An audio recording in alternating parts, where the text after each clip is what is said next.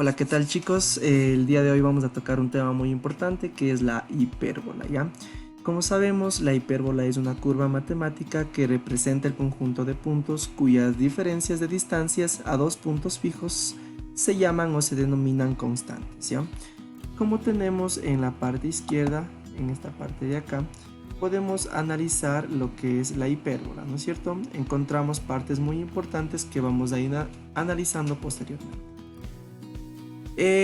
Para la hipérbola como figura matemática, recordemos que es una de las partes de las secciones cónicas analizadas en temas anteriores. Secciones cónicas simplemente nos aprendimos 4 secciones cónicas, de las cuales la primera es la circunferencia, ¿no es cierto? Al trazar un plano, en este caso perpendicular al eje, obtenemos lo que es la circunferencia o un círculo.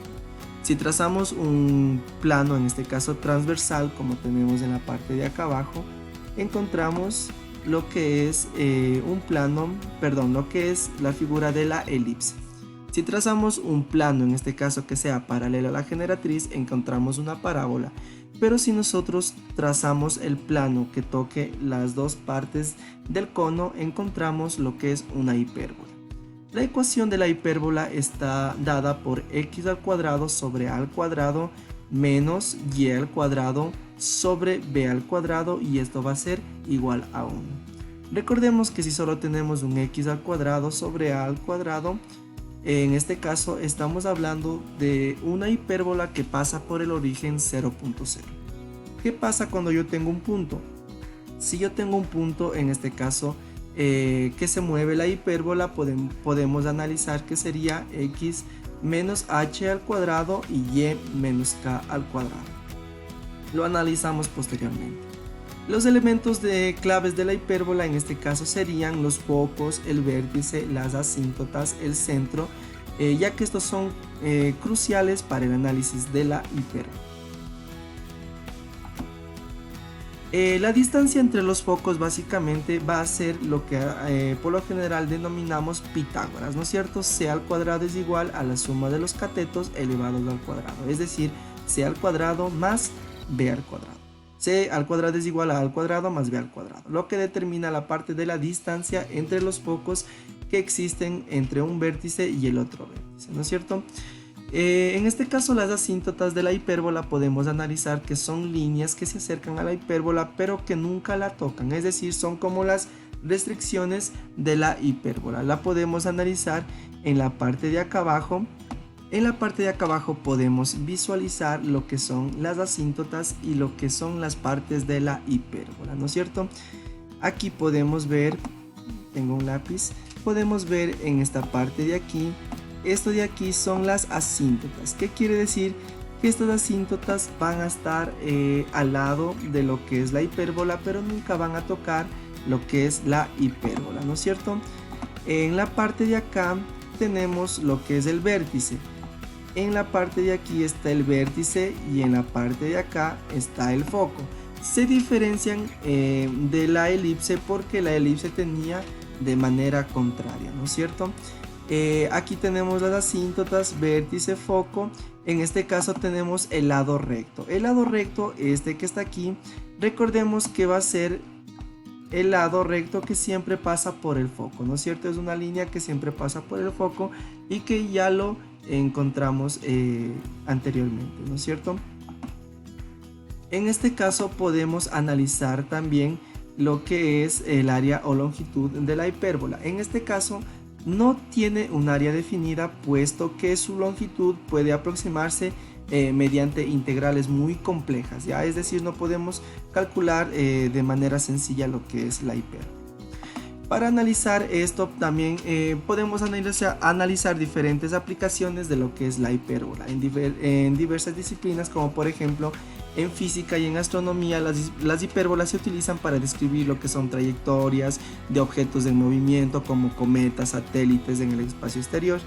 Y en la arquitectura estas se emplean en diseños de estructuras que requieren propiedades estéticas y funcionales únicas como puentes, arcos, etc., ¿no es cierto? La relevancia en este caso de las hipérbolas son fundamentales, ya que son técnicas que se utilizan tanto, yo que sé, en radares, en transmisiones de señales, puesto que se trabajan con ondas que básicamente nos dan las figuras de una hipérbola.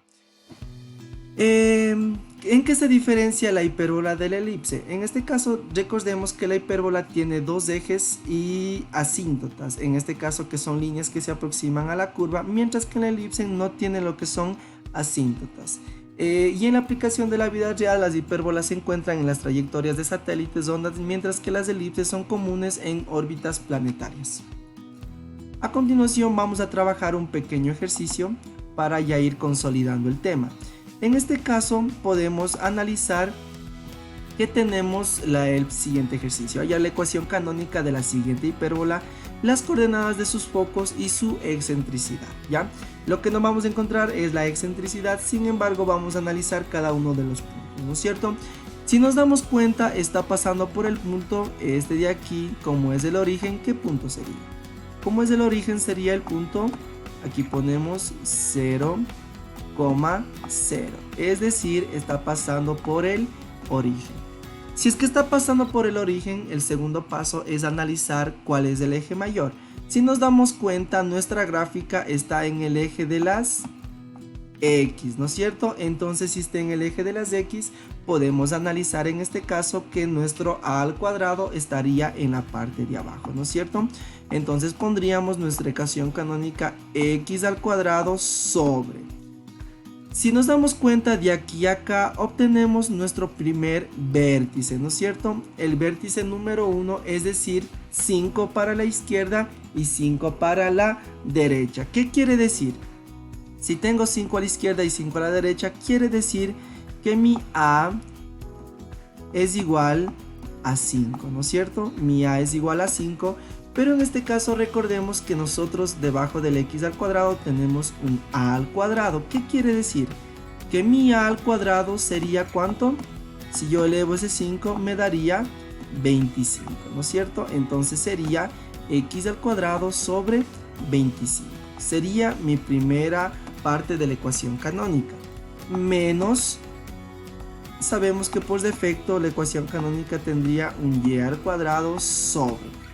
¿Cuánto vale la parte de acá abajo? Si nosotros nos damos cuenta, para nuestro b, que sería esta parte de aquí, nuestro b, serían 4 unidades. ¿Qué quiere decir?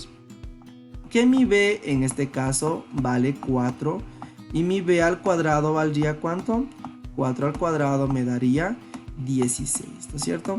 Entonces, en este caso ya tendríamos la ecuación canónica, porque aquí me daría un 16 y todo esto me da igual a 1, ¿no es cierto? Encontramos A, encontramos B. ¿Qué es lo que me faltaría? Recordemos que C, es decir, nuestro foco, porque en el gráfico no tenemos lo que es nuestro foco, que más o menos estaría por acá, ¿no es cierto? No tenemos nuestro foco, pero podemos encontrarlo. ¿Cómo encontramos nuestro foco? Habíamos visto la distancia, sería Pitágoras, ¿no es cierto? C al cuadrado es igual a al cuadrado más b al cuadrado, ¿no es cierto? Ponemos a al cuadrado más b al cuadrado, ¿no es cierto? Si nosotros reemplazamos estos datos, me daría que c al cuadrado es igual. ¿Cuánto vale mi a al cuadrado? Sería 25, ¿no es cierto? 25 más ¿cuánto vale mi b al cuadrado? Sería 16. ¿Qué quiere decir? Que mi c al cuadrado me va a dar ¿cuánto? C al cuadrado me va a dar 25 más 16 me da 41, ¿no es cierto? Entonces, ¿qué quiere decir esa parte de ahí? Si queremos expresarlo como raíz, quedaría que C es igual a raíz de 41. Y si queremos expresarlo ya en el plano cartesiano, aproximadamente raíz de 41, si no estoy mal, 6 punto algo.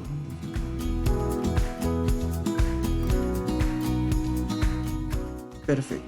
Raíz de 41 me da 6.40. Entonces ponemos 6.40. O lo expresamos como raíz de 41. Entonces hemos encontrado A, hemos encontrado B, hemos encontrado C. Y en este caso lo que nos pide el enunciado básicamente es la ecuación canónica de la parábola, ¿ya? Que sería esa parte de ahí, analizando desde el punto 0,0. Ahora, para nosotros continuar, vamos a pasar al siguiente ejercicio, ¿ya? En el siguiente ejercicio vamos a determinar la ecuación canónica de la hipérbola, pero en este caso tenemos un vértice 3,1, un vértice 2 que es 3,-3 y un foco que es 3,3. Primer punto, ¿ya? Si nos damos cuenta, voy a señalar en esta parte de acá, nos damos cuenta, nuestro punto de origen sería aquí el 0,0. Pero nuestro punto centro está movido, ¿no es cierto? ¿Cuál sería la coordenada del punto centro? Nos movemos 1, 2, 3 y menos 1 para abajo. Mi punto centro sería 3 en X. ¿Y cuánto en Y? En Y sería menos 1, ¿no es cierto? Ese sería nuestro punto, en este caso, nuestro punto centro, ¿no es cierto? ¿Qué quiere decir? En este punto centro nosotros encontramos H y encontramos K, ¿no es cierto? Encontramos H y encontramos K. Como segundo paso vamos a analizar cuál es nuestro eje mayor. Si nos damos cuenta, en X no tenemos la gráfica, sino tenemos en Y. ¿Qué quiere decir? Si yo tengo en Y, voy a poner aquí Y menos, y todo esto va a estar elevado al cuadrado, ¿no es cierto? ¿Por qué pongo menos y un espacio ahí? Porque ahorita como tenemos un punto, porque la hipérbola se mueve, es decir, tenemos un H y tenemos una K. Entonces, para nosotros poder continuar con el ejercicio, analizamos cuánto vale mi A. En este caso contamos 1, 2 unidades, es decir, si A vale 2, empezamos con la misma dinámica que hicimos en el anterior. Si A vale 2, ¿cuánto es nuestro A al cuadrado? Nuestro A al cuadrado es igual a ¿cuánto? A 4, ¿no es cierto? Entonces sabemos que en la parte de acá abajo iría un 4. Aquí tenemos menos, aquí iría la misma estructura, sería X menos, cerramos paréntesis, eso va a estar elevado al cuadrado. Y todo esto sobre, analizamos cuánto vale nuestro B, ¿no es cierto? Pero no sabemos cuánto vale nuestro B porque en este caso no tenemos la parte de donde sube al B, que sería básicamente donde pasan nuestras asíntotas. Eso tendríamos que sacar con Pitágoras. Lo que sí podemos analizar es nuestro punto HK. Como este H vale 3, más 3 y menos, más por menos sería menos, entonces quedaría como menos por menos me da más. Entonces sería Y más 1, ¿no es cierto? Sería Y más 1 sobre 4 al cuadrado, ¿no es cierto? Menos X menos por menos me da más, ¿no es cierto? Entonces aquí quedaría más 1 y este se cambiaría por un menos 3, ¿no es cierto? Analizando este ejercicio podemos darnos cuenta que en Y tenemos el punto H y en X tenemos el punto K, ¿no es cierto? Entonces nos quedaría X menos 1, 2, 3, X menos 3 sobre ¿cuánto? Si contamos los espacios nos damos cuenta que sería 1, 2, 3, 4, sería sobre 12. Nuestro B al cuadrado sería sobre 12. ¿Por qué sobre 12?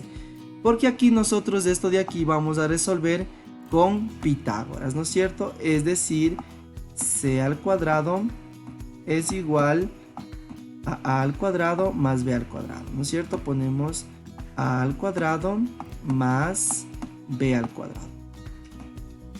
Pero en este caso nosotros tenemos C al cuadrado, tenemos A al cuadrado y tenemos que despejar nuestro B al cuadrado. Es decir, B al cuadrado va a ser igual a C al cuadrado menos A al cuadrado.